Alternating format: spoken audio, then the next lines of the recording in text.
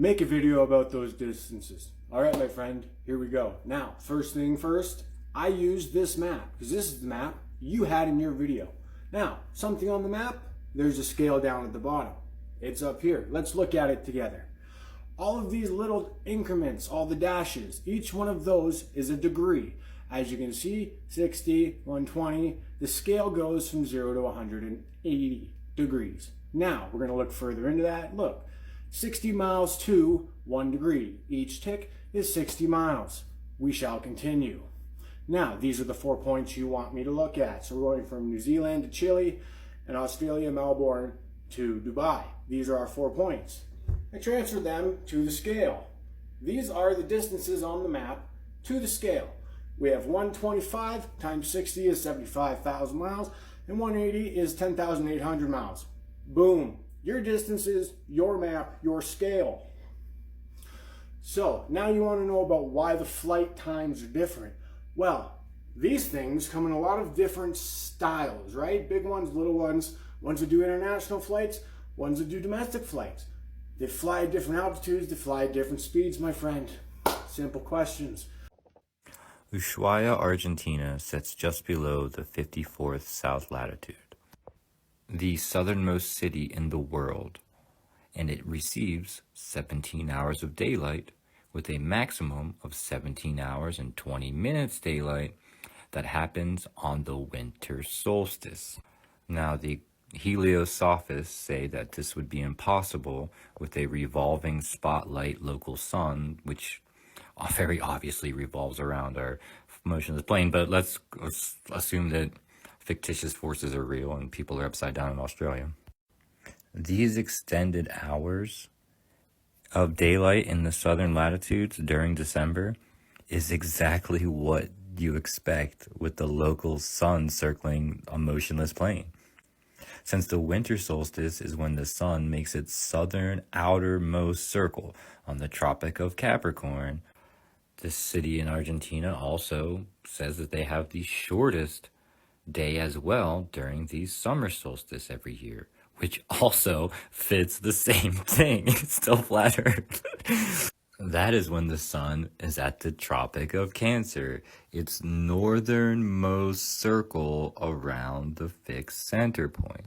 To the heliosophists, I expect that they will concede this point and most likely insist that a local revolving light making its fastest outermost circle should not be able to illuminate such a southern location for so long because of, the annual lighting power displayed by timeanddate.com or some shit. But the actual shape of the area illuminated by the sun changes throughout the year, increasing as the sun moves southward. This too, however, is accounted for during its annual spiral journey from tropic to tropic, is steadily increasing its altitude and speed for 6 months until it reaches the southern peak during the winter solstice. Then it steadily decreases its altitude and speed for the next 6 months until troughed during the summer solstice. This perfectly explains why it's able to be seen from Argentina for 17 hours, and why in the Arctic it's 24 hours. What up, fam? You guys ready to talk about this nonsense? Let's get into it. Alright, so first off, let's figure out where the ISS hangs out. They say it hangs out in the thermosphere, so let's look a little bit more into that. Alright, so the thermosphere lies between the exosphere and the mesosphere. Thermo means heat, and the temperature in this layer can reach up to 4,500 degrees Fahrenheit. Remember that. So what is the ISS made out of? Titanium, Kevlar, and high-grade steel are common materials. Also, it says lightweight aluminum rather than steel comprises most of the outer shell. Let's keep going. Titanium melting point, 3,034 degrees Fahrenheit. The melting point of Kevlar is above 930 degrees Fahrenheit. And then we have the melting point of steel, which is from 2,500 to 2,800 degrees Fahrenheit. For some reason, it wouldn't let me upload it, but you can go verify it yourself. And then you know how it said the outside was lightweight aluminum? Okay, well, the melting point of that is 1218 Fahrenheit. That's not adding up. So any of you guys want to riddle me how that works? When the ISS is supposed to be in the thermosphere and the temperatures are way too hot for what the ISS is made out of. Talk about pseudoscience. Is the Earth flat or round? It is 100% without a doubt flat. It don't matter what people say, there's no such thing as gravity, it's magnetism. Electromagnetism, that's what your heart center is. You have a toroidal field. Magnetism can be proven, gravity cannot be proven. Gravity is still considered a theory, just like the Earth's core is considered a theory. The Earth being flat is, I can see it with my own eyes, there's no curvature. I go on the top of a mountain, I can look all the way that way, and I can scan the whole horizon and see that it is horizontal. It's not rocket surgery. They've made it so complicated and stupid. All of these emergency landings disprove a globe. An airplane in itself disproves a globe. There is absolutely nothing about an airplane that is spherical or has to do with curves, balls being upside down, and curved water suspended nothingness on the exterior of a sphere. Nothing whatsoever about an aeroplane, huh? From its flight dynamics, its instruments, its travel, its flight path, anything, all of it. Echinoplanes can only exist on a flat Earth. They can only fly over flat surfaces. They do not, cannot, and isn't possible whatsoever for this ground vehicle that hovers over a pocket of air that it creates on the surface it's flying over, absolutely 1,000,000% cannot exist on a spherical curve of 8 inches per mile, whatever, doesn't matter. This thing only flies on flat surfaces. It only flies on flat surfaces. That's it. If there is no bulges, no nothing, it will not work. It has such a limited space for it to turn and shit, because when it's down that low, it's flying in a different kind of air. Echinoplanes and ground effect vehicles only work on flat Earth. I could show you a flight path after flight path after flight path that make no sense, right? Goes all the way up here, all the way down, but it's a straight line here, right? This one, why don't they just cut across from here to here instead of going all the way to Dubai and Cape Town, right? It's straight. This is the shorter route, right? You got all of these trips that happen to be straight lines on the flat Earth, right? This one, I think is one I just showed you. Oh, it's close to it, but it's a straight line on a flat Earth. Interesting, okay? But, you know, you can argue, well, these are the flight paths, they have to go there, you know, whatever. But there's a thing called emergency landings, okay? And that's when somebody dies suddenly, and it's been happening a lot, okay? Someone just dies suddenly on an airplane, and then the plane will divert to another location. So here's one.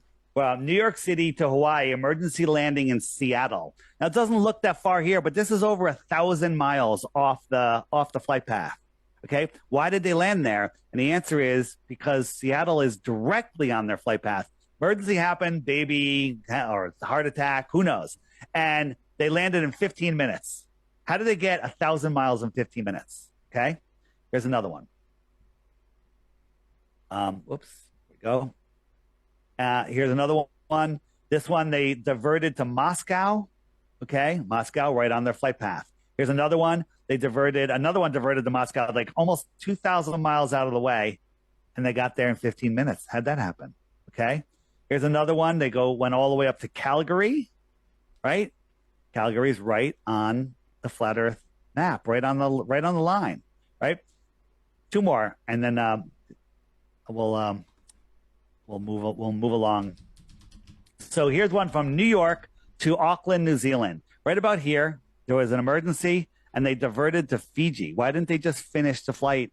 Why'd they go all the way over here? And the answer is because Fiji is, as you guessed it, directly on that flight path. Here's a zoomed in. Coming from New York, Fiji's right over here. It's not over here. It's over here, right on their flight path. Why is it that every time there's an emergency, the airport that they choose to land at is right on a straight line on the flat Earth map. Could it be that the Earth is flat and they're lying to us? Okay. It certainly And then could I be. showed this one. I showed this one on Stu, but this is worth, because this one is traumatizing. From Hong Kong, they were going to the UK. They ended up stopping in Germany. It's a 12-hour flight. 4 hours into the flight, a family traveling together, mother, little kids, father, husband. She dies suddenly in her bed, in her seat. I don't want to speculate on why, right? She died. This happened just this last year, or maybe it was even this year. It was recently. And they flew for 8 more hours with the dead mom next to the children and husband. Okay?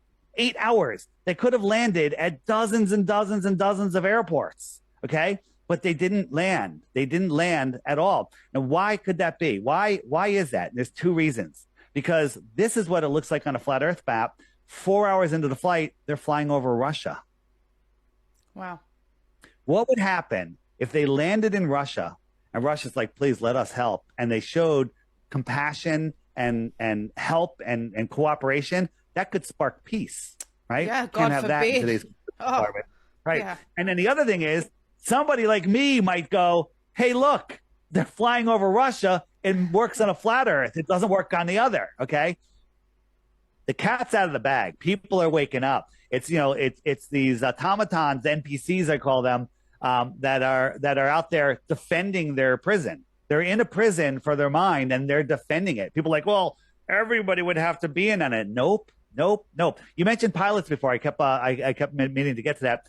On the app, there's a whole section on pilots, pilot whistleblowers. We have tons of pilots that are coming out, but the pilots that want to keep their jobs, they can't say anything. The Qantas pilots, the ones that are the Australian airline, they all know the Earth is flat. They've told us, right? Wow. But they can't say anything. They talk about it amongst themselves in the lounge, but they can't talk about it publicly. But more and more and more are coming out. People on planes are going out. They're stopping to the pilots, and they're like filming it secretly, and they're asking them, and the pilot's like, "Yeah, it's flat. There's no curvature. We don't know." I've seen footage of that.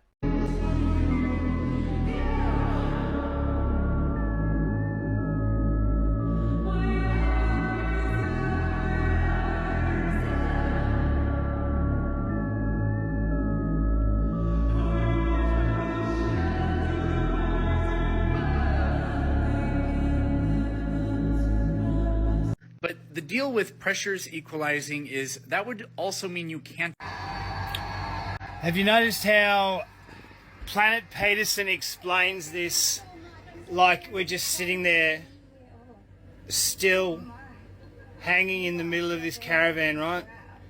And we've got pressure on us and there's a vacuum in the rest of the room, and we just equalize. Like, we've got enough pressure to kind of equalize here. So what he fails to mention is that we're equalizing continually if use is your explanation.